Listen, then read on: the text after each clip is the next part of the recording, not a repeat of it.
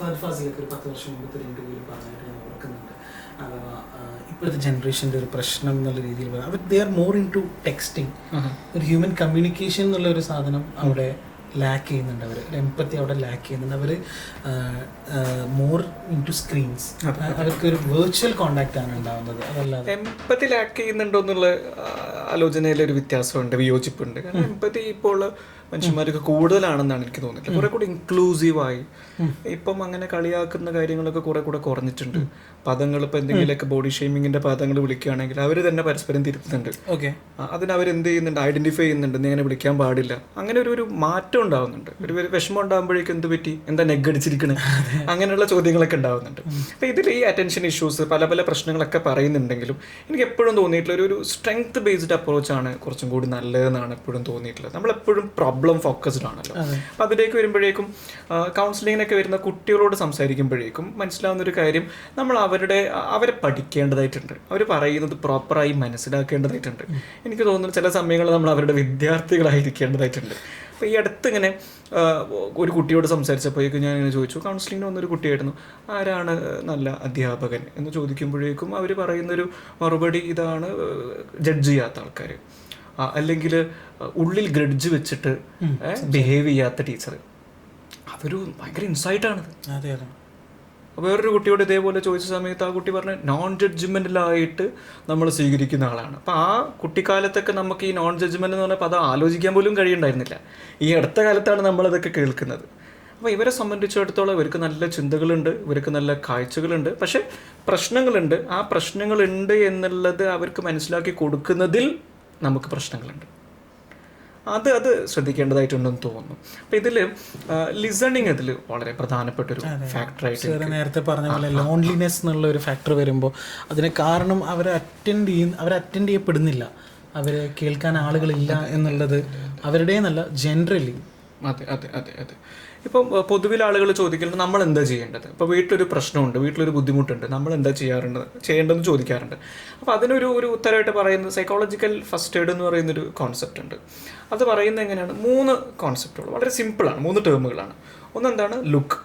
നിങ്ങൾ നിങ്ങളുടെ ചുറ്റുപാടും ശ്രദ്ധിക്കാൻ ശ്രമിക്കുക. വേദനയുള്ള മനുഷ്യന്മാരുണ്ട്, പ്രയാസമുള്ള മനുഷ്യന്മാരുണ്ട്, ഉറങ്ങാത്ത മനുഷ്യന്മാരുണ്ട്, ബുദ്ധിമുട്ട് അനുഭവിക്കുന്ന ആൾക്കാരുണ്ട്. ഇതൊന്നും മുഖത്ത് കാണുന്നില്ല എന്നേ ഉള്ളൂ, പക്ഷെ ആരൊക്കെ നമ്മുടെ ഒപ്പം ഉണ്ട് ഈ പ്രയാസങ്ങളൊക്കെ അനുഭവിക്കുന്ന ആൾക്കാർ. ഇത് കാണുക എന്നുള്ളത് ഇമ്പോർട്ടൻ്റ് ആണ്. അതെന്തില്ലാതെ കാണുക എന്നുള്ളതാണ്, മറയില്ലാതെ കാണുക എന്നുള്ളതാണ്. നമുക്ക് ചിലപ്പോൾ എന്തെങ്കിലുമൊക്കെ അനിഷ്ടം ഉണ്ടാകും, നമുക്ക് പ്രയാസം ഉണ്ടാകുന്ന കാര്യങ്ങളൊക്കെ ആൾ ചെയ്തിട്ടുണ്ടാകും, പക്ഷെ ആൾക്കും ബുദ്ധിമുട്ടുണ്ടാകാം. അതും നമ്മൾ കാണേണ്ടതായിട്ടുണ്ട്. നമുക്ക് വിയോജിപ്പുള്ള മനുഷ്യന്മാരുണ്ടാകാം, അവരും നമ്മൾ കാണേണ്ടതായിട്ടുണ്ട്. രണ്ടാമത് എന്താണ്, ലിസൺ ചെയ്യുക എന്നുള്ളതാണ്. ഈ ലിസണിങ് വളരെ പ്രധാനപ്പെട്ടതാണ്. ആ ലിസൺ ചെയ്യുന്ന സമയത്ത് ഒരാൾക്കുണ്ടാകുന്ന ആശ്വാസം, എനിക്ക് തോന്നുന്നു എല്ലാ വീട്ടിലും കുറച്ചും കൂടി ലിസണിങ്ങിൻ്റെ അറ്റ്മോസ്ഫിയർ ഉണ്ടാവുകയാണെങ്കിൽ വലിയ മാറ്റം സാധ്യമാണ്. Open communication.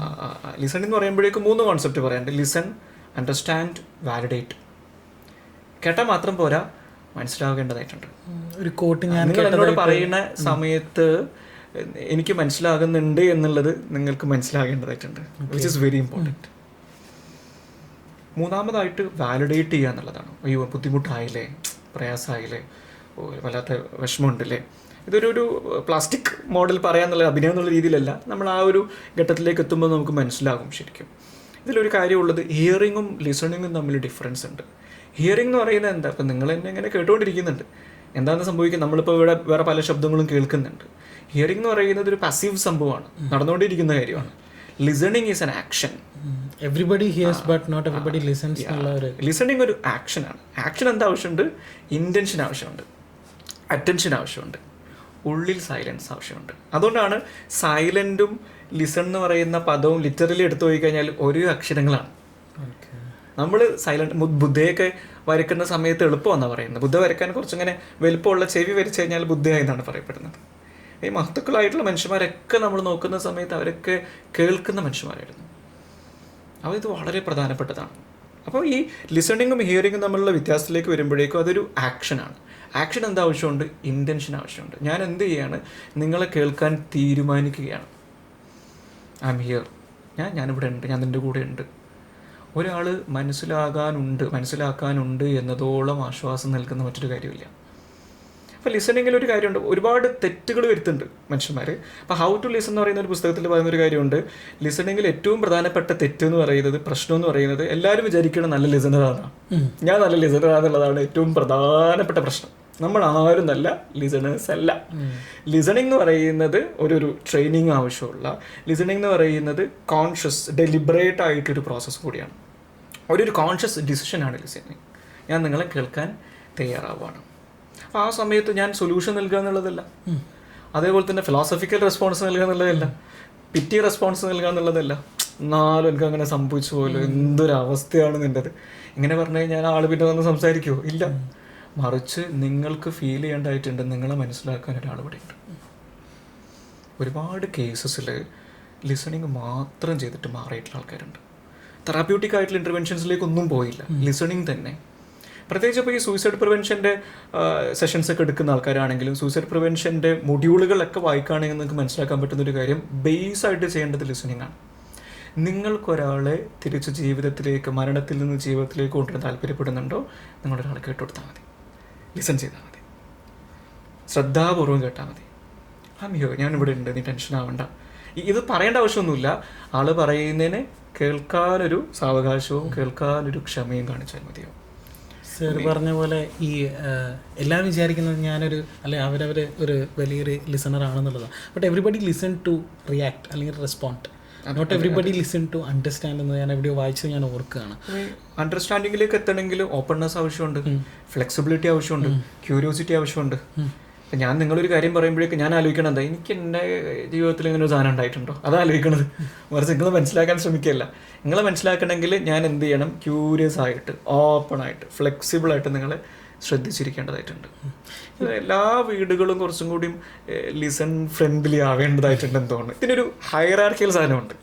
അതായത് അച്ഛൻ മകനെ കേൾക്കുന്നില്ല, അല്ലെങ്കിൽ ഒരു ഹെഡ് ഓഫീസിലുള്ള ഒരാൾ, അല്ലെങ്കിൽ HR-ആയിട്ട് വർക്ക് ചെയ്യുന്ന ആൾ എംപ്ലോയീസിനെ കേൾക്കുന്നില്ല. അപ്പോൾ ലിസണിങ് ക്വാളിറ്റി ആണെന്ന് പറയുമ്പോഴേക്കും അത് പെട്ടെന്ന് ഉണ്ടാകുന്ന സംഭവമല്ല, നമ്മളതിൽ വർക്ക് ചെയ്യേണ്ടതായിട്ടുണ്ട്, നമ്മൾ നന്നായിട്ട് പ്രാക്ടീസ് ചെയ്യേണ്ടതായിട്ടുണ്ട്, അല്ലാതെ അത് സംഭവിക്കില്ല. അപ്പോൾ ഒപ്പമുള്ള മനുഷ്യന്മാരുടെ വേദനകളെ വാലിഡേറ്റ് ചെയ്യുക എന്നുള്ളത് ഏറ്റവും ഇമ്പോർട്ടൻ്റ് ആണ്. അതിൽ ഏറ്റവും അധികം ശ്രദ്ധിക്കേണ്ടത് കുട്ടികളുടെ കാര്യമാണ്. കുട്ടികൾ കരയുന്ന സമയത്ത് നമ്മൾ അപ്പം തന്നെ പറയും, എന്തിനാണ് കരയണത്, വെറും കരച്ചിൽ, എന്നെ കൊണ്ടൊന്നിനും പറ്റൂല. മറിച്ച് അവരുടെ ഇപ്പം സൈക്കോളജി പറയുന്നത് നിങ്ങൾ അവരുടെ ഐ കോണ്ടാക്റ്റിലേക്ക് വരും. മറ്റേ നമ്മൾ മുകളിൽ നിൽക്കുന്നു, അവർ താഴെ നിൽക്കുന്നു. താഴോട്ട് അവരുടെ ഐ കോണ്ടാക്റ്റിലേക്ക് വന്നിട്ട് നല്ല വിഷമമായില്ലേ, നല്ല ബുദ്ധിമുട്ടായില്ലേ. അപ്പോൾ കരയുന്ന സമയത്ത് എന്തിനാ കരയുന്നെന്നുള്ള ചോദ്യം ചോദിക്കുമ്പോഴേക്കും അവർക്ക് ഡൗട്ട് ഫീൽ ചെയ്യാണ്, ഈ ഇമോഷൻ എന്തോ പ്രശ്നമുണ്ടോ. കണ്ടിന്യൂസ് ആയിട്ടുള്ള ഇമോഷണൽ ഇൻവാലിഡേഷനും അതോടൊപ്പം തന്നെ കണ്ടിന്യൂസ് ആയിട്ടുള്ള ഓവർ റിയാക്ഷൻസും പാരൻസിൻ്റെ ഭാഗത്ത് നിന്ന് വന്നു കഴിഞ്ഞാൽ ഗ്യാരണ്ടി ചെയ്യാൻ വേണ്ടി പറ്റും പേഴ്സണാലിറ്റി ഡിസോർഡർ. അതുകൊണ്ട് പാരൻസ് എനിക്ക് തോന്നുന്നു കൂടുതൽ ശ്രദ്ധിക്കേണ്ട കാര്യം മക്കളുടെ വിഷയത്തിൽ സംസാരത്തിൽ പ്രത്യേകം ശ്രദ്ധിക്കേണ്ടതായിട്ടുണ്ട്. എനിക്ക് തോന്നുന്നു നമ്മൾ ഏറ്റവും അധികം ശ്രദ്ധിച്ച് സംസാരിക്കേണ്ടത് മക്കളോടാണ്, കുട്ടികളോടാണ്. നമ്മൾ ഹയർ പൊസിഷനിൽ ഇരിക്കുന്ന മനുഷ്യന്മാരോടോ വേറെ നമ്മുടെ ക്ലയൻസിനോടോ വേറെ ആൾക്കാരോടോ ഒന്നും അല്ലാന്ന് എനിക്ക് പലപ്പോഴും തോന്നിയിട്ടുണ്ട്, കുട്ടികളോടാണ്. കാരണം കുട്ടികളെ ഇപ്പോൾ മുതിർന്ന മനുഷ്യന്മാർക്ക് ഫിൽറ്റേഴ്സ് ഉണ്ട്, കുട്ടികൾക്ക് ഫിൽറ്റേഴ്സ് ഇല്ല. ഇപ്പം ഞാൻ നിങ്ങളോട് പറയണ അൽഫ നീ നല്ലതല്ല, അപ്പോൾ നിങ്ങൾക്ക് തിരിച്ചു പറയാം, പോയി പണി നോക്ക്, നീ നിൻ്റെ പണിയെടുത്തോ, നീ എന്നോട് എന്തിനാ അങ്ങനെ പറയണം. പക്ഷെ കുട്ടിയോട് ആ കുട്ടിയെ ഏറ്റവും അടുത്ത മനുഷ്യൻ പറയുകയാണ് നിന്നെ കൊണ്ടത് പറ്റില്ല, കുട്ടി അത് ബിലീവ് ചെയ്യും. അത്ര വേറെ അനദർ ഓപ്ഷൻ ഇല്ല. കുട്ടിയെ സംബന്ധിച്ചിടത്തോളം അച്ഛൻ പറഞ്ഞു, അച്ഛൻ പറഞ്ഞത് സത്യമാണ്, കുട്ടി മാനിഫെസ്റ്റ്. അമ്മ പറഞ്ഞു എന്നെ കാണാൻ കൊള്ളൂല, എന്നെ കൊണ്ട് എന്തിനാ പറ്റുക. അപ്പം ശരിയാണ്. ചില കുട്ടികളൊക്കെ വന്നിരുന്ന് കരയാറുണ്ട്. എൻ്റെ അടുത്തൊരു കേസ് വന്നിട്ട് ആ കുട്ടി കരയാണ്, പൊട്ടി കരയാണ്. അപ്പോൾ കുട്ടി പറയാൻ എനിക്ക് കണ്ണാടി നോക്കുമ്പോഴേക്കും ഭയങ്കര വികൃതമായിട്ട് തോന്നാണ്.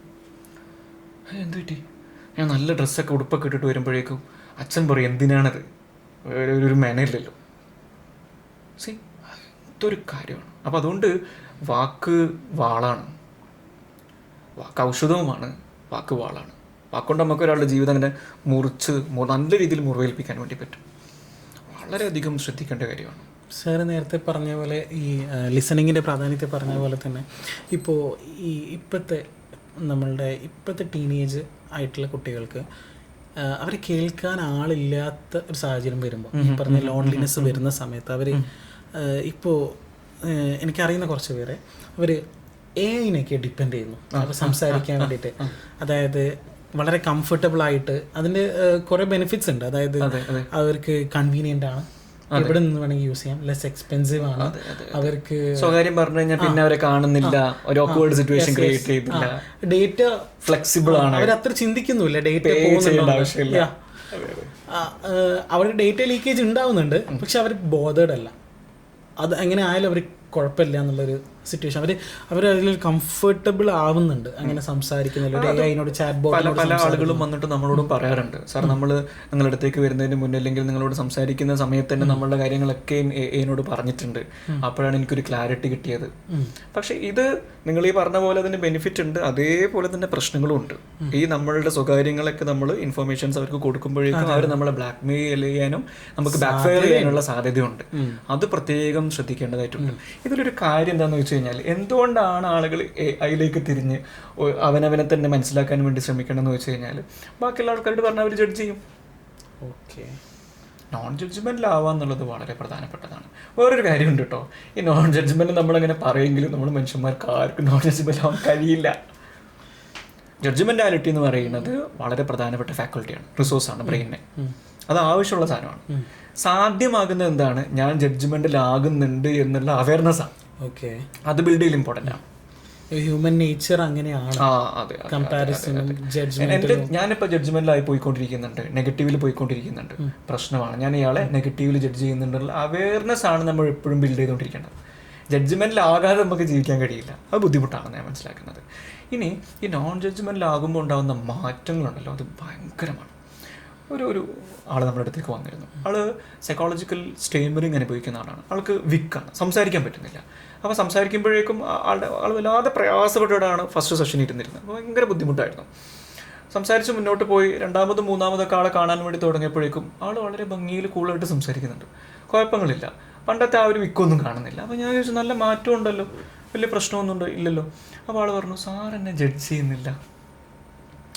അപ്പോൾ എനിക്ക് വലിയ കുഴപ്പം തോന്നുന്നില്ല. പുറത്തൊരാളോട് ഞാൻ സംസാരിക്കുമ്പോഴേക്കും അവരെന്നെ ജഡ്ജ് ചെയ്യണത് പോലെ തോന്നുന്നുണ്ട്. സൈക്കോളജിസ്റ്റോട് സംസാരിക്കുമ്പോഴേക്കും എനിക്കൊക്കെ കുഴപ്പമില്ല, കാരണം അവർ ജഡ്ജ് ചെയ്യില്ലെന്നാണ് എനിക്ക് ഫീൽ ചെയ്യുന്നത്. നിങ്ങളുടെ നോട്ടത്തിലും ഭാവത്തിലും ജഡ്ജ്മെൻ്റ് ഒന്നും കാണുന്നില്ല. ഒരാളെ സംസാരിക്കാൻ പ്രേരിപ്പിക്കാൻ, ഒരാൾക്ക് വളരെ ഭംഗിയിൽ ആൾ വല്ലാതെ പ്രയാസപ്പെട്ടും സംഘർഷത്തിലും നിത്യമായി അതിനനുഭവിക്കുകയാണ് സംസാരിക്കാൻ വേണ്ടിയിട്ട്. നമ്മുടെ ഒരു നോട്ടം കുറേ കൂടെ ഒന്ന് നൈർമല്യമുള്ളതാകുമ്പോൾ, കുറേ കൂടെ ഒന്ന് കരുണയുള്ളതാകുമ്പോൾ ഒരാൾക്ക് വളരെ ഭംഗിയിൽ സംസാരിക്കാൻ പറ്റുകയാണ്. എന്നിട്ട് അദ്ദേഹം പറഞ്ഞൊരു പ്രധാനപ്പെട്ടൊരു കാര്യമുണ്ട്. നിങ്ങൾ ഈ സ്കിറ്റ്, അതായത് കോമഡിയിൽ ഒരുപാട് പരിപാടികൾ നടക്കുമല്ലോ. അപ്പോൾ ഈ കോമഡിയിൽ ഒരുപാട് പരിപാടികൾ നടത്തുന്ന സമയത്ത് ഈ വിക്കണ സംഭവങ്ങളുണ്ടാവും. ചില കഥാപാത്രങ്ങൾ വിക്കായിട്ട് വന്നിട്ട് തമാശ പറയും. അപ്പോൾ അതിലിരിക്കുന്ന, വേദിയിലിരിക്കുന്ന ആൾക്കാർ ചിലപ്പോൾ സദസ്സിലിരിക്കുന്ന ആൾക്കാർ ചിരിക്കുന്നുണ്ടാകാം, എൻ്റെ വീട്ടിലിരിക്കുന്ന ആൾക്കാർ ഇത് കണ്ടിട്ട് ചിരിക്കുന്നുണ്ടാകാം, എനിക്ക് മാത്രം ചിരിയില്ല. ഒരു ഇൻസെക്യൂരിറ്റി അവരുടെ ഉള്ളിൽ തന്നെ രൂപപ്പെടുക. അത് കാണുമ്പോൾ, ഇവർ ചിരിക്കുന്നത് കാണുമ്പോൾ എനിക്ക് വീണ്ടും പേടിയാവാണ്, ഭയങ്കര ബുദ്ധിമുട്ടാവാണ്, ഭയങ്കര പ്രയാസം വരികയാണ്. അപ്പോൾ ഈ നോൺ ജഡ്ജ്മെൻറ്റിലാവുക എന്നുള്ളത് ഒരു മനുഷ്യന് നമുക്ക് കൊടുക്കാൻ വേണ്ടി പറ്റുന്ന ഏറ്റവും പ്രധാനപ്പെട്ട ഗിഫ്റ്റാണ്. എന്നാൽ അവർക്ക് സ്പേസ് വേണ്ടേ, സംസാരിക്കണ്ടേ. ഇപ്പോൾ പാരൻസിനോടൊരു കാര്യം പറയുമ്പോഴേക്കും നീ അങ്ങനെ ചെയ്തിട്ടാണ്, അല്ലെങ്കിൽ നീ ഈ പരിപാടി ഒപ്പിച്ചിട്ടാണ്, അല്ലെങ്കിൽ ഇങ്ങനെ സംഭവിക്കുമായിരുന്നോ, അവിടെ സ്റ്റോപ്പ് ചെയ്യാണ്. എന്ത് സ്റ്റോപ്പ് ചെയ്യാണ്? ആ പരിപാടിയല്ല അയാളോട് പറയുന്നത് സ്റ്റോപ്പ് ചെയ്യാൻ. അയാളോട് പറഞ്ഞിട്ട് കാര്യമില്ല, അവസാനിപ്പിക്കണമാണ് നല്ലത്. ഇപ്പോൾ അതേപോലെ തന്നെ വളരെ കോമൺ ആയിട്ട് നമ്മൾ കാണുന്ന ഒരു സംഭവമാണ് ഈ ഓവർ തിങ്കിങ് റിലേറ്റഡ് ഇഷ്യൂസ്. അതിനും ഒരു സോഷ്യൽ മീഡിയ ക്യാമ്പയിൻ നടക്കുന്നുണ്ട്, ഓവർ തിങ്കിങ്ങിനെതിരായിട്ട്, അതിന് ആളുകളെ അവെയർ ആക്കാൻ വേണ്ടിയിട്ട്. അതിനെ പറ്റിയിട്ട് ഓക്കെ ഞാൻ അലിഫിനോട് പറയാണ്, ആനയെക്കുറിച്ച് ആലോചിക്കരുത്, ആനയെക്കുറിച്ച് ആലോചിക്കാനേ പാടില്ല. ആനയെക്കുറിച്ച് ആലോചിക്കരുത്. എന്താ സംഭവിക്കണേ? ആന മാത്രമേ മനസ്സിൽ വരും, ആന വരിക. ഇതൊരു സൈക്കോളജിക്കൽ എക്സ്പെരിമെൻ്റ് ആയിട്ട് ചെയ്യുന്ന ഒരു തോട്ട് എക്സസൈസ് ആണ്. അതായത് നമ്മൾ എന്തിനെയാണോ ആലോചിക്കേണ്ടതെന്ന് കരുതുന്നത് അത് വന്നുകൊണ്ടിരിക്കും. ഇപ്പോൾ ഓവർ തിങ്കിങ് ചെയ്യേണ്ടതെന്ന് ആലോചിക്കുമ്പോൾ അങ്ങനെ ആലോചനയിൽ തന്നെ പോയിക്കൊണ്ടിരിക്കും. ഒരു കാര്യം മനസ്സിലാക്കേണ്ടത്, you are not your thoughts. Okay, thoughts എന്ന് പറയുന്നത് ബ്രെയിനിൻ്റെ ഫങ്ഷൻ മാത്രമാണ്. ഇപ്പം ഞാൻ ഭക്ഷണം കഴിക്കുന്ന സമയത്ത് ഡൈജസ്റ്റീവ് സിസ്റ്റം ആക്റ്റീവായിട്ട് വർക്ക് ചെയ്യുന്നുണ്ട്, എൻസൈംസ് ക്രിയേറ്റ് ചെയ്യുന്നുണ്ട്, ബ്രേക്ക് ഡൗൺ ചെയ്യുന്നുണ്ട്, എന്നിട്ടാണ് എനർജി പ്രൊഡ്യൂസ് ചെയ്യപ്പെടുന്നത്. ഇത് ബോഡിയുടെ ഫംഗ്ഷനാണ്. ഇതേപോലെ തന്നെ ബ്രെയിനിൻ്റെ ഫംഗ്ഷൻ മാത്രമാണ് തോട്ടിനെ പ്രൊഡ്യൂസ് ചെയ്യുക എന്നുള്ളത്. അത് ഫങ്ഷണലായിട്ടുള്ള തോട്ട്സ് ഉണ്ടാവണമെന്നില്ല, അത് പോയിക്കൊണ്ടേയിരിക്കും. ഇപ്പം നമ്മൾ ഡിയർ പാർക്ക് ഇൻസ്റ്റിറ്റ്യൂട്ടിൽ മൈൻഡ്ഫുൾനെസ് പ്രാക്ടീസ് ചെയ്യാൻ വേണ്ടിയിട്ട് ഒരു ട്രെയിനർ എടുത്ത് പോയി. അപ്പോൾ 7 ദിവസം നമ്മൾ ചെയ്തത് തോട്ടിനെ ഒബ്സർവ് ചെയ്യുക എന്നുള്ളതാണ്. അപ്പോഴാണ് മനസ്സിലാക്കാൻ വേണ്ടി പറ്റുന്നത് തോട്ട് ഇങ്ങനെ പോയിക്കൊണ്ടേയിരിക്കുകയാണ്. അപ്പോൾ അതുകൊണ്ട് സൈക്കോളജി പറയുന്ന ഒരു കാര്യമുണ്ട്, തോട്ട് എന്ന് പറയുന്നത് എന്താണ്, ട്രെയിനാണ്. അതിങ്ങനെ പോയിക്കൊണ്ടേയിരിക്കും. നിങ്ങൾ ഏത് കമ്പാർട്ട്മെൻറ്റിലാണോ എൻ്റർ ചെയ്യുന്നത്, പിന്നെ നിങ്ങൾ അതിൻ്റെ ഭാഗമായി. ഓക്കെ.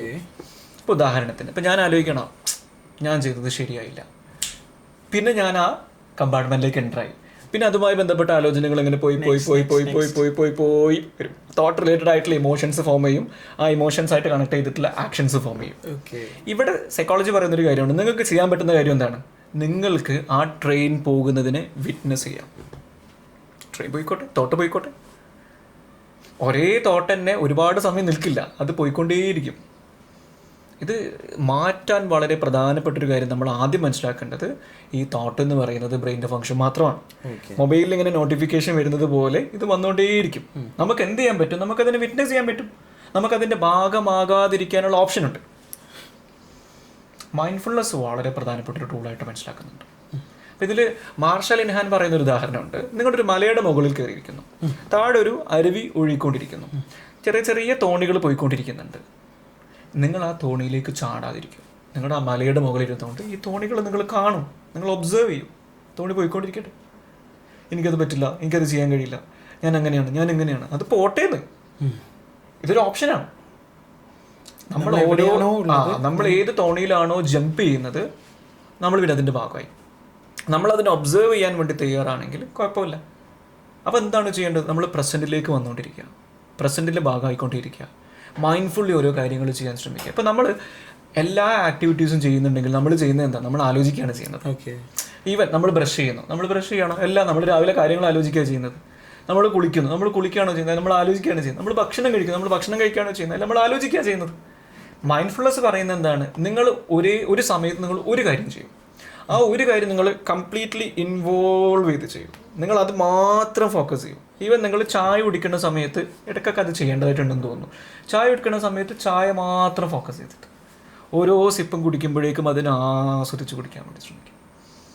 സംഭാഷണത്തിലാവുന്ന സമയത്ത് സംഭാഷണത്തിലേക്ക് മാത്രമാകാൻ ശ്രമിക്കും, പൂർണ്ണമായും ഇൻവോൾവ് ചെയ്യാൻ വേണ്ടി ശ്രമിക്കും. ഏതൊരു ആക്ടിവിറ്റി ആണോ ചെയ്യുന്നത്, അപ്പോൾ അതുകൊണ്ട് പറയുന്നത് മൾട്ടി ടാസ്കിങ് പാടില്ല. മൾട്ടി ടാസ്കിങ് പ്രശ്നമാണ്, അത് മനുഷ്യന് ബുദ്ധിമുട്ടുണ്ടാക്കുന്ന കാര്യമാണ്. റിസർച്ച് പറയുന്നുണ്ട് അത് ബുദ്ധിമുട്ടാണ്, കഴിയില്ല. അറ്റ് എ ടൈം ഒരു കാര്യം ചെയ്യുക, അത് കംപ്ലീറ്റ്ലി ഇൻവോൾവ് ചെയ്ത് ചെയ്യാൻ വേണ്ടി ശ്രമിക്കുക, പ്രസൻറ്റിലേക്ക് വന്നുകൊണ്ടേയിരിക്കുക. അപ്പോൾ എന്ത് മനസ്സിലാക്കാൻ വേണ്ടി പറ്റും, ഇതെന്താണ്, ഇത് പോയിക്കൊണ്ടേയിരിക്കുന്നൊരു ഫ്ലോ മാത്രമാണെന്ന് മനസ്സിലാക്കാൻ പറ്റും. ഇതിനെന്ത് ചെയ്യാൻ കഴിയില്ല, സ്റ്റോപ്പ് ചെയ്യാൻ കഴിയില്ല. എന്ത് ചെയ്യാതിരിക്കാം, അതിലേക്ക് ചാടാതിരിക്കാം, മറിച്ച് എന്ത് ചെയ്യുക, അതിൻ്റെ പുറമേ നിന്നിങ്ങനെ വിറ്റ്നസ് ചെയ്യാൻ വേണ്ടി ശ്രമിക്കുക. അങ്ങനെ നമുക്ക് എന്ത് ചെയ്യാൻ വേണ്ടി പറ്റും, ഓവർ തിങ്കിങ്ങിനെ മാനേജ് ചെയ്യാൻ വേണ്ടി പറ്റും. ഇനി ഇതുമായി ബന്ധപ്പെട്ടിട്ട് വേറൊരു കാര്യമുണ്ട്, കുട്ടികളിലും എല്ലാവരിലും കാണുന്നൊരു കാര്യമാണ് ഇമോഷണൽ മാനേജ്മെൻറ്റ് ഇഷ്യൂ എന്ന് പറയുന്നൊരു കാര്യം. പൊതുവിൽ കാണുന്നൊരു കാര്യമാണ്, സാർ എനിക്ക് ഇമോഷൻസിനെ മാനേജ് ചെയ്യാൻ പറ്റുന്നില്ല, പെട്ടെന്ന് ഞാൻ എടുത്ത് എറിഞ്ഞു, പെട്ടെന്ന് ഞാൻ എടുത്ത് അടിച്ചു, ഇമ്പൾസീവായിട്ട് ആൾക്കാർ ബിഹേവ് ചെയ്യും. അതൊരു പ്രശ്നമാണ്. അപ്പോൾ ഇതിലൊരു കാര്യം മനസ്സിലാക്കേണ്ടത്, ഇമോഷൻസിന് ഫങ്ഷൻ ഉണ്ട്. നമ്മൾ നേരത്തെ സൂചിപ്പിച്ചു. എന്താണ് ഇമോഷൻസിൻ്റെ ഫങ്ഷൻ എന്ന് പറയുന്നത്, ഇമോഷൻസ് ഒരു ആക്ഷന് വേണ്ടിയിട്ട് എന്ത് ചെയ്യുന്നുണ്ട്, നമ്മളെ സ്റ്റിമുലേറ്റ് ചെയ്യുന്നുണ്ട്. ഒരു ഏർജ് ഉണ്ട്, ഒരു ആക്ഷൻ ക്രിയേറ്റ് ചെയ്യാൻ വേണ്ടിയിട്ട്. ഇപ്പോൾ ഉദാഹരണം പറയാം, എനിക്ക് നിങ്ങളെ പേടിയാണ്. പേടി എന്ന് പറയുന്നത് ഇമോഷനാണ്. എന്താണ് ഏർജ്, എന്താണ് ബിഹേവ് ചെയ്യാൻ വേണ്ടി ശ്രമിക്കുന്നത്, നിങ്ങളെ അവോയ്ഡ് ചെയ്യുക എന്നുള്ളതാണ്. അപ്പോൾ നമ്മുടെ ചുറ്റുപാടുള്ള മനുഷ്യന്മാർക്കോ അല്ലെങ്കിൽ നമ്മൾ വർക്ക് ചെയ്യുന്ന ഇടത്തിലോ ആർക്കെങ്കിലും ബുദ്ധിമുട്ടുണ്ടാവുകയാണെങ്കിൽ ചെയ്യേണ്ട സൈക്കോളജിക്കൽ ഫസ്റ്റ് എയ്ഡ് ഉണ്ട്. ഇതിൽ 3 കാര്യങ്ങളാണ്. 1 ലുക്ക്, 2 ലിസൺ ചെയ്യുക, 3 ലിങ്ക് ചെയ്യുക. ലിസൺ ചെയ്യുക എന്ന് പറയുമ്പോഴേക്കും അവർ മനസ്സിലാക്കാൻ വേണ്ടി ശ്രമിക്കുക, പ്രയാസങ്ങൾ ഉൾക്കൊള്ളാൻ വേണ്ടി ശ്രമിക്കുക, ലിസൺ, അണ്ടർസ്റ്റാൻഡ് ചെയ്യുക, വാലിഡേറ്റ് ചെയ്യാൻ വേണ്ടി ശ്രമിക്കുക. 3ാമതായിട്ട് ലിങ്ക് ചെയ്യുക. അവർക്ക് ബുദ്ധിമുട്ടുണ്ട്, പ്രയാസം ഉണ്ടെങ്കിൽ ഒരു സൈക്കോതെറാപ്പിസ്റ്റിനെ കണക്ട് ചെയ്യുക, ഒരു സൈക്കോളജിസ്റ്റിനെ കണക്ട് ചെയ്ത് കൊടുക്കുക, ഒരു കൗൺസിലറെ കണക്ട് ചെയ്ത് കൊടുക്കുക. ഇത് എല്ലാവരും മനസ്സിലാക്കിയിരിക്കേണ്ട കാര്യമാണ്. കാരണം നമ്മുടെ എല്ലാ വീടുകളിലും ഒരു ബുദ്ധിമുട്ടും പ്രയാസം അനുഭവിക്കുന്ന ആരും ഇല്ലാത്ത ഒരു വീടുമില്ല. ഓക്കെ, ഇപ്പോഴത്തെ സൊസൈറ്റിയിൽ സാറ് കുറച്ചുകൂടി ഇമോഷണലി വൾണറബിൾ ആണെന്ന് എനിക്ക് തോന്നിയിട്ടുണ്ട്. കാരണം അവർക്ക് ഹാൻഡിൽ ചെയ്യാൻ പറ്റുന്നില്ല. അപ്പോൾ അവർ വല്ലാതെ ഇമോഷണൽ ആവുന്ന ഒരു സിറ്റുവേഷൻസ് ഞാൻ കണ്ടിട്ടുണ്ട്. നമുക്കറിയുന്ന നമ്മുടെ ചുറ്റുപാടുള്ള നമ്മുടെ ഫ്രണ്ട്സ് ആണെങ്കിലും ഒക്കെ കണ്ടിട്ടുണ്ട്. അതിനെ പറ്റിയിട്ട് സാറിന്, ഇപ്പോഴത്തെ ആൾക്കാരല്ല, എപ്പോഴുള്ള ആൾക്കാർക്കും ഇമോഷനിലാകാറുണ്ട്. ഇമോഷൻസ് ഇല്ലാതെ മനുഷ്യന് ജീവിക്കാൻ സാധ്യമല്ല. കുറെ കൂടെ മനുഷ്യൻ്റെ ജീവിതത്തിന് ഭംഗി നൽകുന്ന കാര്യം ഇമോഷൻസ് ആണെന്നാണ് ഞാൻ മനസ്സിലാക്കുന്നത്. അപ്പോൾ ഇതിലൊരു കാര്യമുള്ളത്, ഇമോഷനിലെല്ലാം ഫങ്ഷനിലാണ്. ഓരോ ഇമോഷനും ഒരു ഏർജ് ഉണ്ട് to act, to behave in a particular way. ഇപ്പോൾ ഉദാഹരണം പറയുകയാണെങ്കിൽ എനിക്ക് നിങ്ങളെ പേടിയാണെന്ന് വിചാരിക്കാം.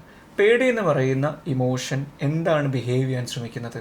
നിങ്ങളെ പേടിയാണെങ്കിൽ നിങ്ങളിൽ നിന്നും മാറി നിൽക്കാം. ഇനി നിങ്ങളോട് എനിക്ക് ദേഷ്യമാണ്. അപ്പം എന്താണ് ദേഷ്യം ബിഹേവ് ചെയ്യാൻ വേണ്ടി ശ്രമിക്കുന്നത്? എന്താണ്? അറ്റാക്ക് ചെയ്യാൻ വേണ്ടി ശ്രമിക്കുക എന്നുള്ളതാണ്. ഇവിടെയാണ് ഒരു കാര്യം മനസ്സിലാക്കേണ്ടത്. ഇമോഷൻസിനെ മാനേജ് ചെയ്യാൻ വേണ്ടിയിട്ട് മാർഷൽ ഇൻഹാൻ എന്ന് പറയുന്ന ഒരു സൈക്കോതെറാപ്പിസ്റ്റ് പറയുന്ന ഒരു സ്ട്രാറ്റജി ഉണ്ട്. നിങ്ങൾ എന്ത് ചെയ്യുക, ആ ഏർജ് എന്താണോ ആ ഏർജിന് വിപരീതമായി പ്രവർത്തിക്കുക. ഇപ്പം സാഡായിരിക്കുമ്പോഴേക്കും എന്തിനാണ് ഏർജ്? ഒറ്റയ്ക്കിരിക്കാൻ, സങ്കടപ്പെടാൻ, ആരോടും സംസാരിക്കാതിരിക്കാൻ. അതിനെ മറികടക്കാൻ എന്താ ചെയ്യേണ്ടത്? സംസാരിക്കുക. ഇമോഷൻസ് എന്താണോ ഏർജ് മുന്നോട്ട് വെക്കുന്നത്, എന്താണോ ആക്ട് ചെയ്യാൻ വേണ്ടി പറയുന്നത്, അതിന് വിപരീതമായി ആക്ട് ചെയ്യുമ്പോഴേക്കും ഇമോഷൻസ് റെലവൻ്റ് അല്ലാണ്. അപ്പോൾ എനിക്ക് സങ്കടം വരുന്നു, ഒറ്റയ്ക്ക് ഇരിക്കുന്നതിന് പകരം ഞാൻ ആൾക്കാരുടെ അടുത്ത് പോയി സംസാരിക്കുന്നു. എനിക്ക് പേടി വരുന്നു, ആ പേടിയുള്ള എന്താണോ സിറ്റുവേഷൻ, ആ സിറ്റുവേഷനെ ഫേസ് ചെയ്യാതിരിക്കുന്നതിന് പകരം ഞാൻ അതിനെ പോയി വിറ്റ്നസ് ചെയ്യുന്നു, എക്സ്പ്ലോർ ചെയ്യാൻ വേണ്ടി ശ്രമിക്കുന്നു. അപ്പോൾ എന്ത് ചെയ്യാൻ വേണ്ടി പറ്റും? ഇമോഷൻസിനെ മാനേജ് ചെയ്യാൻ വേണ്ടി പറ്റും. ഇപ്പോൾ ആങ്കർ ഒരു ഇഷ്യൂ ആണ്, ഇമ്പൾസീവായിട്ട് ആക്ട് ചെയ്യുന്നു. അപ്പം ഇമ്പൾസീവായിട്ട് അറ്റാക്ക് ചെയ്യുന്നു. ആ അറ്റാക്ക് ചെയ്യുക എന്നുള്ളതാണ് ആങ്കറിൻ്റെ ലക്ഷ്യം എന്ന് പറയുന്നത്. നമ്മൾ എന്ത് ചെയ്യുന്നു? അതിന് വിപരീതമായിട്ട് മിണ്ടാതിരിക്കുന്നു.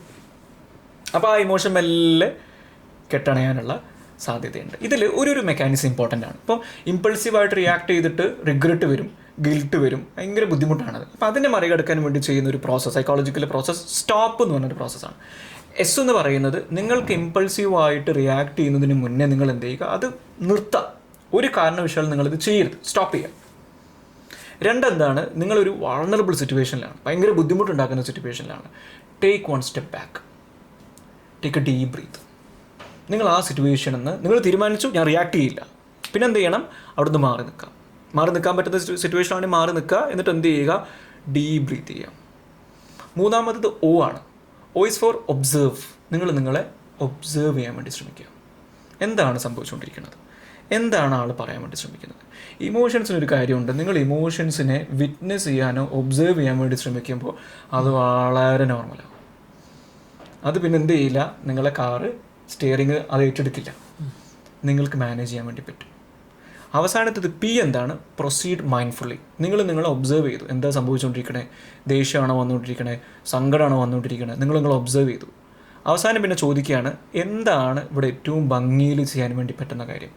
ഈ സിറ്റുവേഷൻ വേഴ്സ് ആകാതിരിക്കാൻ ഞാൻ എന്താണ് ചെയ്യേണ്ടത്? അതാണ് പ്രൊസീഡ് മൈൻഡ്ഫുള്ളി. ഇതാണ് ഈ സ്റ്റോപ്പ് ടെക്നിക്ക്. ഇത് പ്രാക്ടീസ് ചെയ്യുകയാണെങ്കിൽ ഉറപ്പായിട്ടും ഒരു സിറ്റുവേഷനെ ഇമ്പൾസീവായിട്ട് റിയാക്ട് ചെയ്യുന്നതിന് പകരം വളരെ ഭംഗിയിൽ ആ സിറ്റുവേഷന് വേഴ്സ് ആകാതിരിക്കാൻ നിങ്ങൾക്ക് ചെയ്യാൻ വേണ്ടി പറ്റും. ഈ ഒരു സംഭവം പ്രാക്ടീസ് ചെയ്താൽ മതി, ഈ സ്റ്റോപ്പ് മെക്കാനിസം. നമ്മുടെ ചുറ്റുപാടുള്ള മനുഷ്യന്മാർക്കോ അല്ലെങ്കിൽ നമ്മൾ വർക്ക് ചെയ്യുന്ന ഇടത്തിലോ ആർക്കെങ്കിലും ബുദ്ധിമുട്ടുണ്ടാവുകയാണെങ്കിൽ ചെയ്യേണ്ട സൈക്കോളജിക്കൽ ഫസ്റ്റ് എയ്ഡ് ഉണ്ട്. ഇതിൽ 3 കാര്യങ്ങളാണ്. 1 ലുക്ക്, 2 ലിസൺ ചെയ്യുക, 3 ലിങ്ക് ചെയ്യുക. ലിസൺ ചെയ്യാന്ന് പറയുമ്പോഴേക്കും അവർ മനസ്സിലാക്കാൻ വേണ്ടി ശ്രമിക്കുക, പ്രയാസങ്ങൾ ഉൾക്കൊള്ളാൻ വേണ്ടി ശ്രമിക്കുക, ലിസൺ, അണ്ടർസ്റ്റാൻഡ് ചെയ്യുക, വാലിഡേറ്റ് ചെയ്യാൻ വേണ്ടി ശ്രമിക്കുക. മൂന്നാമതായിട്ട് ലിങ്ക് ചെയ്യുക. അവർക്ക് ബുദ്ധിമുട്ടുണ്ട്, പ്രയാസം ഉണ്ടെങ്കിൽ ഒരു സൈക്കോതെറാപ്പിസ്റ്റിനെ കണക്ട് ചെയ്യുക, ഒരു സൈക്കോളജിസ്റ്റിനെ കണക്ട് ചെയ്ത് കൊടുക്കുക, ഒരു കൗൺസിലറെ കണക്ട് ചെയ്ത് കൊടുക്കുക. ഇത് എല്ലാവരും മനസ്സിലാക്കിയിരിക്കേണ്ട കാര്യമാണ്. കാരണം നമ്മുടെ എല്ലാ വീടുകളിലും ഒരു ബുദ്ധിമുട്ടും പ്രയാസം അനുഭവിക്കുന്ന ആരും ഇല്ലാത്ത ഒരു വീടുമില്ല. ഓക്കെ, സൊസൈറ്റിയിൽ സാറ് കുറച്ചുകൂടി ഇമോഷണലി വൾണറബിൾ ആണെന്ന് എനിക്ക് തോന്നിയിട്ടുണ്ട്. കാരണം അവർക്ക് ഹാൻഡിൽ ചെയ്യാൻ പറ്റുന്നില്ല. അപ്പോൾ അവർ വല്ലാതെ ഇമോഷണൽ ആവുന്ന ഒരു സിറ്റുവേഷൻസ് ഞാൻ കണ്ടിട്ടുണ്ട്. നമുക്ക് അറിയുന്ന നമ്മുടെ ചുറ്റുപാടുള്ള നമ്മുടെ ഫ്രണ്ട്സ് ആണെങ്കിലും ഒക്കെ കണ്ടിട്ടുണ്ട്. അതിനെ പറ്റിയിട്ട് സാറിന് ഇപ്പോഴത്തെ ആൾക്കാരല്ല, എപ്പോഴുള്ള ആൾക്കാർക്കും ഇമോഷനിലാകാറുണ്ട്. ഇമോഷൻസ് ഇല്ലാതെ മനുഷ്യന് ജീവിക്കാൻ സാധ്യമല്ല. കുറെ കൂടെ മനുഷ്യൻ്റെ ജീവിതത്തിന് ഭംഗി നൽകുന്ന കാര്യം ഇമോഷൻസ് ആണെന്നാണ് ഞാൻ മനസ്സിലാക്കുന്നത്. അപ്പോൾ ഇതിലൊരു കാര്യമുള്ളത്, ഇമോഷനിലെല്ലാം ഫങ്ഷനിലാണ്. ഓരോ ഇമോഷനും ഒരു ഏർജ് ഉണ്ട് to act, to behave in a particular way. ഇപ്പോൾ ഉദാഹരണം പറയുകയാണെങ്കിൽ എനിക്ക് നിങ്ങളെ പേടിയാണെന്ന് വിചാരിക്കാം. പേടി എന്ന് പറയുന്ന ഇമോഷൻ എന്താണ് ബിഹേവ് ചെയ്യാൻ ശ്രമിക്കുന്നത്? നിങ്ങളെ പേടിയാണെങ്കിൽ നിങ്ങളിൽ നിന്നും മാറി നിൽക്കാം. ഇനി നിങ്ങളോട് എനിക്ക് ദേഷ്യമാണ്. അപ്പം എന്താണ് ദേഷ്യം ബിഹേവ് ചെയ്യാൻ വേണ്ടി ശ്രമിക്കുന്നത്? എന്താണ്?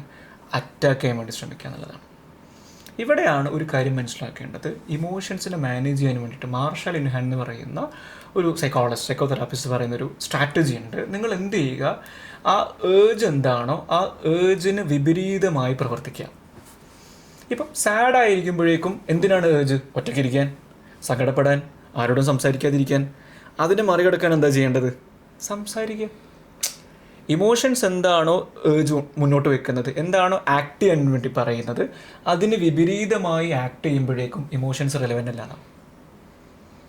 അപ്പോൾ എനിക്ക് സങ്കടം വരുന്നു, ഒറ്റയ്ക്ക് ഇരിക്കുന്നതിന് പകരം ഞാൻ ആൾക്കാരുടെ അടുത്ത് പോയി സംസാരിക്കുന്നു. എനിക്ക് പേടി വരുന്നു, ആ പേടിയുള്ള എന്താണോ സിറ്റുവേഷൻ, ആ സിറ്റുവേഷനെ ഫേസ് ചെയ്യാതിരിക്കുന്നതിന് പകരം ഞാൻ അതിനെ പോയി വിറ്റ്നസ് ചെയ്യുന്നു, എക്സ്പ്ലോർ ചെയ്യാൻ വേണ്ടി ശ്രമിക്കുന്നു. അപ്പോൾ എന്ത് ചെയ്യാൻ വേണ്ടി പറ്റും? ഇമോഷൻസിനെ മാനേജ് ചെയ്യാൻ വേണ്ടി പറ്റും. ഇപ്പോൾ ആങ്കർ ഒരു ഇഷ്യൂ ആണ്, ഇമ്പൾസീവായിട്ട് ആക്ട് ചെയ്യുന്നു. അപ്പം ഇമ്പൾസീവായിട്ട് അറ്റാക്ക് ചെയ്യുന്നു. ആ അറ്റാക്ക് ചെയ്യുക എന്നുള്ളതാണ് ആങ്കറിൻ്റെ ലക്ഷ്യം എന്ന് പറയുന്നത്. നമ്മൾ എന്ത് ചെയ്യുന്നു? അതിന് വിപരീതമായിട്ട് മിണ്ടാതിരിക്കുന്നു. അപ്പോൾ ആ ഇമോഷൻ മെല്ലെ കെട്ടണയാനുള്ള സാധ്യതയുണ്ട്. ഇതിൽ ഒരു മെക്കാനിസം ഇമ്പോർട്ടൻ്റ് ആണ്. ഇപ്പോൾ ഇമ്പൾസീവായിട്ട് റിയാക്ട് ചെയ്തിട്ട് റിഗ്രറ്റ് വരും, ഗിൽട്ട് വരും, ഭയങ്കര ബുദ്ധിമുട്ടാണത്. അപ്പോൾ അതിനെ മറികടക്കാൻ വേണ്ടി ചെയ്യുന്ന ഒരു പ്രോസസ്സ്, സൈക്കോളജിക്കൽ പ്രോസസ്സ് സ്റ്റോപ്പ് എന്ന് പറഞ്ഞൊരു പ്രോസസ്സാണ്. എസ് എന്ന് പറയുന്നത് നിങ്ങൾക്ക് ഇമ്പൾസീവായിട്ട് റിയാക്ട് ചെയ്യുന്നതിന് മുന്നേ നിങ്ങൾ എന്ത് ചെയ്യുക? അത് നിർത്താം. ഒരു കാരണവശാലും നിങ്ങളിത് ചെയ്യരുത്, സ്റ്റോപ്പ് ചെയ്യുക. രണ്ടെന്താണ്? നിങ്ങളൊരു വൾണറബിൾ സിറ്റുവേഷനിലാണ്, ഭയങ്കര ബുദ്ധിമുട്ടുണ്ടാക്കുന്ന സിറ്റുവേഷനിലാണ്. Take one step back, take a deep breath. നിങ്ങൾ ആ സിറ്റുവേഷനിൽ നിന്ന് നിങ്ങൾ തീരുമാനിച്ചു ഞാൻ റിയാക്ട് ചെയ്യില്ല, പിന്നെ എന്ത് ചെയ്യണം? അവിടുന്ന് മാറി നിൽക്കാം. മാറി നിൽക്കാൻ പറ്റുന്ന സിറ്റുവേഷനാണെങ്കിൽ മാറി നിൽക്കുക. എന്നിട്ട് എന്ത് ചെയ്യുക? ഡീപ് ബ്രീത്ത് ചെയ്യുക. മൂന്നാമത്തത് ഒ ആണ്. O is for observe. നിങ്ങൾ നിങ്ങളെ ഒബ്സേർവ് ചെയ്യാൻ വേണ്ടി ശ്രമിക്കുക. എന്താണ് സംഭവിച്ചുകൊണ്ടിരിക്കുന്നത്? എന്താണ് ആൾ പറയാൻ വേണ്ടി ശ്രമിക്കുന്നത്? ഇമോഷൻസിനൊരു കാര്യമുണ്ട്. നിങ്ങൾ ഇമോഷൻസിനെ വിറ്റ്നസ് ചെയ്യാനോ ഒബ്സേർവ് ചെയ്യാൻ വേണ്ടി ശ്രമിക്കുമ്പോൾ അത് വളരെ നോർമലാവും.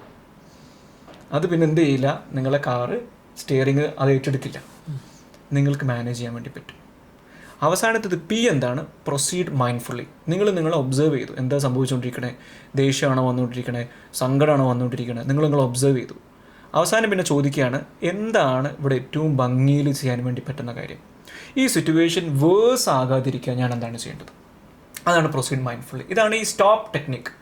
ഇത് പ്രാക്ടീസ് ചെയ്യുകയാണെങ്കിൽ ഉറപ്പായിട്ടും ഒരു സിറ്റുവേഷനെ ഇമ്പൾസീവായിട്ട് റിയാക്ട് ചെയ്യുന്നതിന് പകരം വളരെ ഭംഗിയിൽ ആ സിറ്റുവേഷന് വേഴ്സ് ആകാതിരിക്കാൻ നിങ്ങൾക്ക് ചെയ്യാൻ വേണ്ടി പറ്റും. ഈ ഒരു സംഭവം പ്രാക്ടീസ് ചെയ്താൽ മതി, ഈ സ്റ്റോപ്പ് മെക്കാനിസം. ഇതിലൊരു പ്രധാനപ്പെട്ട കാര്യം പറയേണ്ടതായിട്ടുള്ളത്, എന്തെങ്കിലും സൈക്കോളജിക്കൽ സഫറിങ്ങിലൂടെ കടന്നു പോകുന്ന മനുഷ്യന്മാർ മനസ്സിലാക്കേണ്ടത്, ഏകദേശം 400ഓളം സൈക്കോതെറാപ്പി സ്കൂളുകൾ അവൈലബിൾ ആണ്. നിങ്ങളുടെ പ്രശ്നത്തിന് പരിഹാരമുണ്ട്. ഇതിൽ ചെയ്യേണ്ട ഒരു കാര്യം നിങ്ങൾ തെറാപ്പി സീക്ക് ചെയ്യുക എന്നുള്ളതാണ്. നിങ്ങൾക്ക് അനുയോജ്യമായ ഒരു സൈക്കോതെറാപ്പിസ്റ്റിനെ ഐഡൻറ്റിഫൈ ചെയ്യുക എന്നുള്ളത് ഇമ്പോർട്ടൻ്റ് ആണ്. എല്ലാവരെയും നിങ്ങൾക്ക് കണക്ട് ചെയ്യണം നിർബന്ധമില്ല. ഇപ്പോൾ നമ്മളുടെ ഫിസിക്കൽ പ്രശ്നം വരികയാണെങ്കിൽ നമ്മൾ ഒരു ഡോക്ടറിലെ കാണുന്നത്, നമുക്ക് എല്ലാ ഡോക്ടറും കണക്ട് ആവണമെന്നില്ല. അതേപോലെ തന്നെ നിങ്ങൾക്ക് അനുയോജ്യമായ ഒരു സൈക്കോതെറാപ്പിസ്റ്റിനെ നിങ്ങൾ ഐഡൻറ്റിഫൈ ചെയ്യേണ്ടതായിട്ടുണ്ട്. രണ്ടാമത് കൺസിസ്റ്റൻസിയാണ്. നിങ്ങൾ കൺസിസ്റ്റൻ്റ് ആയിട്ട് ആളെ കുറച്ച് കാലത്തേക്കൊന്ന് കാണേണ്ടതായിട്ടുണ്ട്. ഉറപ്പായും ചേഞ്ചിന് സാധ്യതയുണ്ട്. ഒരു കൊളാബറേറ്റീവ് അപ്രോച്ചാണ്. കൊളാബറേറ്റീവായിട്ട് നിങ്ങൾ വർക്ക് ചെയ്ത് കഴിഞ്ഞാൽ ഉറപ്പായിട്ടും നിങ്ങൾക്ക് എന്ത് ചെയ്യാൻ വേണ്ടി പറ്റും?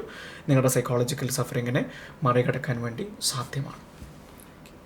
ഒരു മനുഷ്യന് ഏറ്റവും കൂടുതൽ വൾണറബിൾ ആവുന്നത് അയാളുടെ മെൻ്റൽ അല്ലെങ്കിൽ ഫിസിക്കൽ ഹെൽത്ത് വീക്ക് ആവുന്ന സിറ്റുവേഷൻസിലാണ് ഏറ്റവും വേഴ്സ് ആവുന്നത്. അപ്പോൾ ആ സമയങ്ങളിലൊക്കെ ആൾ ഒറ്റപ്പെടുമ്പോൾ ആൾക്ക് കിട്ടുന്ന സപ്പോർട്ട് വളരെ വലുതാണ്. ആസ് എ തെറാപ്പിസ്റ്റ് എന്നുള്ള രീതിയിൽ സാറ് ഒരുപാട് കാലം ഇത് ചെയ്തു വരുന്ന ഒരാളാണ്. ഇനി മുന്നോട്ട് അതുപോലെ ചെയ്യാൻ സാധിക്കട്ടെ എന്ന് ആശംസിക്കുന്നു. അതുപോലെ തന്നെ thank you for sharing those valuable words. Thank you.